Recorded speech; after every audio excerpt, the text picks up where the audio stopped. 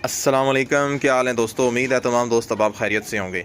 अच्छा, मैंने अभी तक जो बर्ड्स रखे हुए थे वो आप ये समझ लें कि एक एवरेज, ना मोस्ट एक्सपेंसिव उन्हें कह सकते हैं, ना लो प्राइस कह सकते हैं। एक इकोनॉमिकल किस्म की प्राइस में जो थे ना मेरे पास बर्ड्स थे। उसमें हैवी बफ था, सिल्की था, पॉलिश था।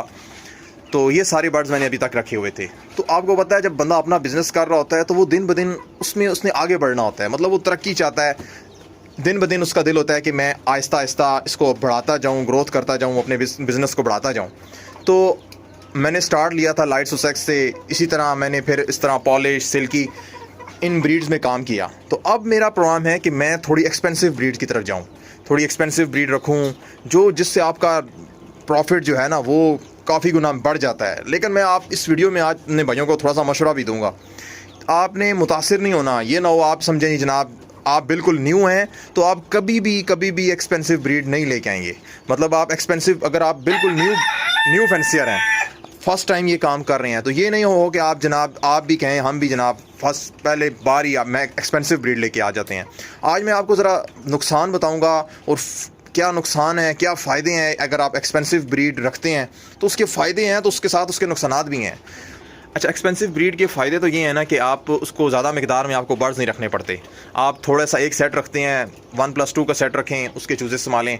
और अगर चूज़ा अंडा भी उसका इतना एक्सपेंसिव होता है कि आप अगर जस्ट अंडा भी सेल करें तो उसमें भी आपको एक हाई प्रॉफिट मिल जाता है। प्लस अगर आप चूज़ा सेल करते हैं तो उसके चूज़े का रेट बहुत हाई मिलेगा आपको। अगर चूज़ा सेल नहीं हो रहा तो आप थोड़ा उसको महीने 2 महीने का सेल करें तो वो इजीली सेल भी होगा, उसमें आपका प्रॉफिट मार्जिन भी बढ़ता जाएगा। एक्सपेंसिव ब्रीड का ये फ़ायदा है, आपको जगह कम मिल देनी पड़ेगी बर्ड्स को और प्रॉफिट रेशो जो है आपकी बढ़ती जाएगी।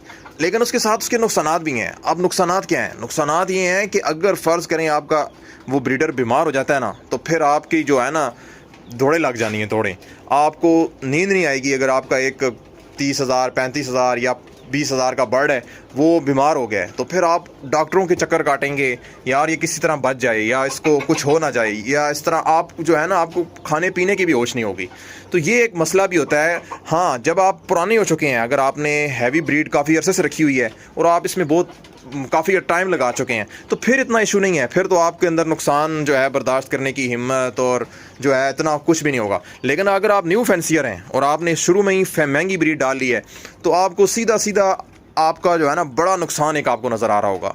तो लिहाजा ये सोच के आपने कॉस्टली ब्रीड के अंदर कदम रखना है कि इसका अगर फ़ायदा ज़्यादा है तो उसी तरह इसका नुकसान भी ज़्यादा है।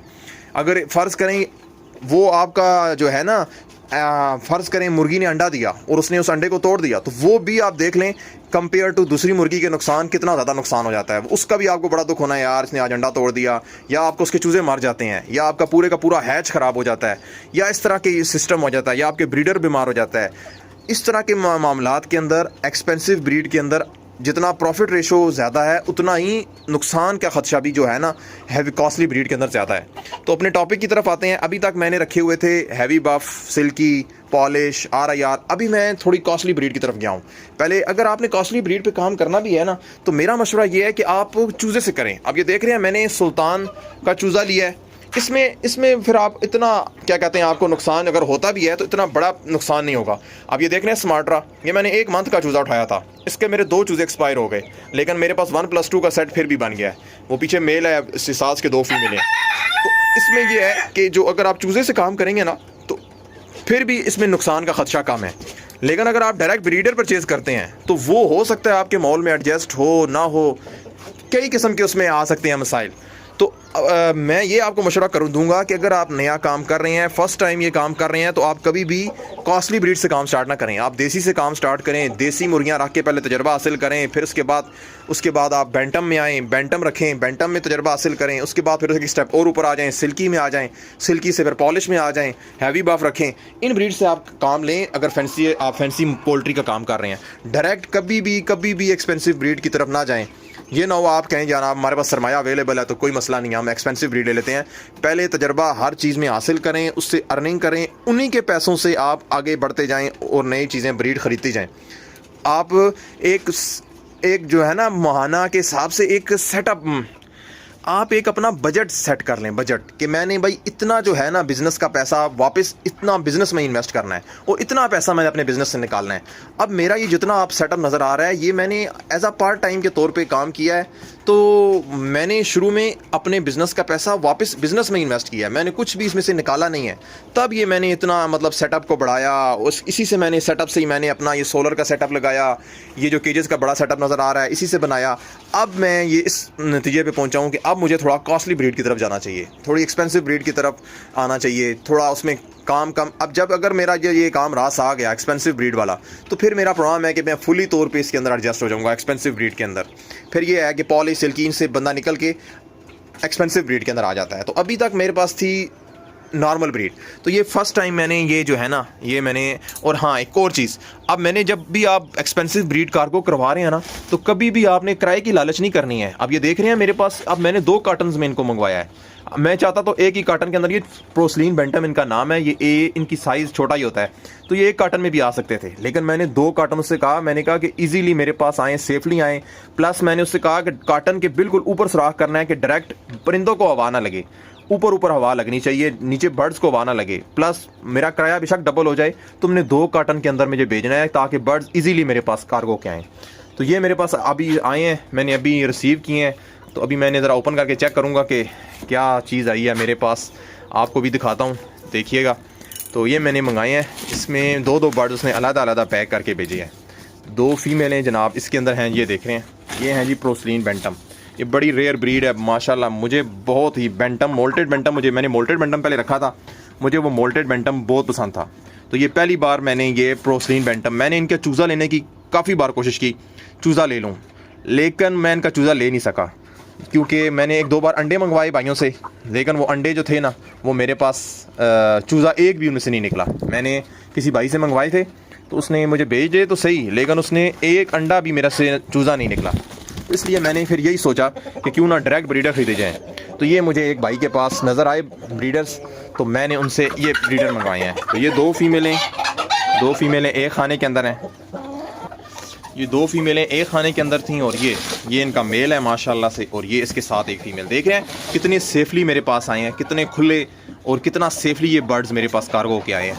तो ये 2 बर्ड्स इसके अंदर मेरे पास आए हैं, देख रहे हैं आप। और वो पीछे मुर्गी ने फ़ाइट शुरू कर दी है, और उसने आते सारी खाना पीना शुरू कर दिया। ये मेरे पास बर्ड्स आ गए हैं, ये देख रहे हैं माशाल्लाह से, ये मेरे पास आए हैं बर्ड्स, ये हैं पोर्सिलेन बेंटम। तो ये मैंने काफ़ी जो है ना कॉस्टली ये बर्ड्स परचेज़ किए हैं। अब अल्लाह करे मुझे ये इनसे कुछ ब्रीड हासिल हो जाए।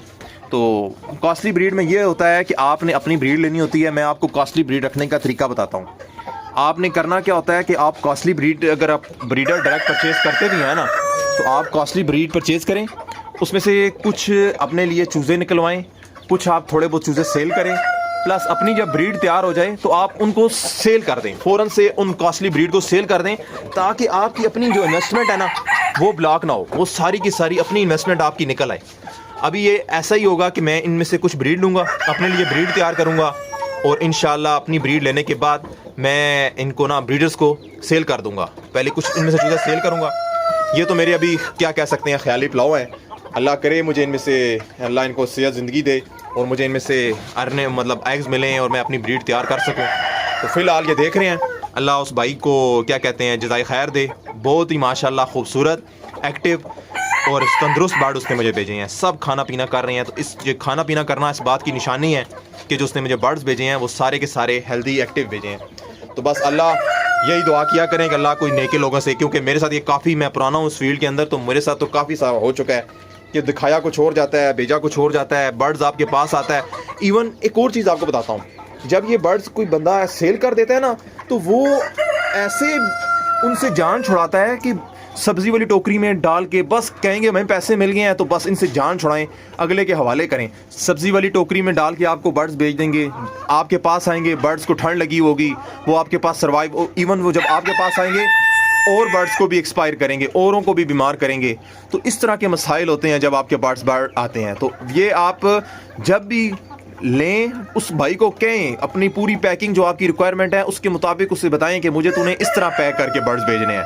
सारा उसे डिटेल में बताएं कि मुझे इस तरह के बर्ड्स मिलने चाहिए, अपना पूरा उसे बताएं। और कभी भी रेंट में आपने कंजूसी नहीं करनी है। रेंट अगर आपको डबल देना पड़ता है डबल दें, क्योंकि अगर आप बर्ड ही एक्सपायर हो गया तो आप हिसाब लगाएं कि आपको सारे का सारा तो आपका वो तो गया। अगर वही आप 500 एक्स्ट्रा दे देते, रेंट दे देते, 1000 एक्स्ट्रा दे देते, तो कितना आपको फ़ायदा हो जाता। और इवन अगर बर्ड रास्ते में स्ट्रेस उसे हो जाती है तो वो आके आपको ब्रीड ही नहीं करता, वो अगर आपको अंडे नहीं दे रहा, चूज़े नहीं दे रहा, तो वो जो नुकसान हो रहा है वो भी अगर आप किराए में दे देते तो कितना फ़ायदा था।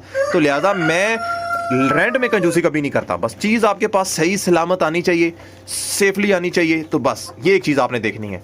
तो मज़ीद अगर आपको मेरे बर्ड्स कैसे लगे हैं कमेंट सेक्शन में मुझे ज़रूर बताइएगा कि आपको ये कैसे लगे हैं।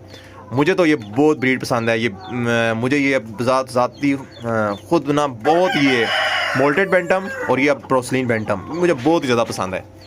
तो आप कमेंट सेक्शन में ज़रूर बताइएगा मुझे कि आपको ये बर्ड मेरे कैसे लगे हैं। और मज़ीद ऐसी वीडियोस के लिए मेरे चैनल को लाजमी सब्सक्राइब कर लें और बेल आइकन को प्रेस कर दें। तो मेरी नेक्स्ट वीडियो तक के लिए अल्लाह हाफिज़।